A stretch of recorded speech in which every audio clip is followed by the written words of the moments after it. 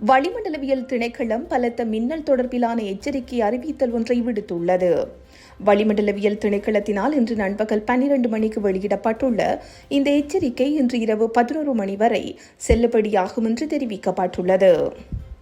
அதன்படி பிற்பகல் 1 மணிக்கு மேல் மத்திய சப்ரகமுவ, ஊவா, தெற்கு, கிழக்கு மற்றும் வடமத்திய மாகாணங்கள் மற்றும் வவுனியா, முல்லைத்தீவு மாவட்டங்களின் சில பகுதிகளில் இடியுடன் கூடிய மழை மற்றும் பலத்த மின்னல் ஏற்பட அதிக வாய்ப்புள்ளது என்று தெரிவிக்கப்பட்டுள்ளது.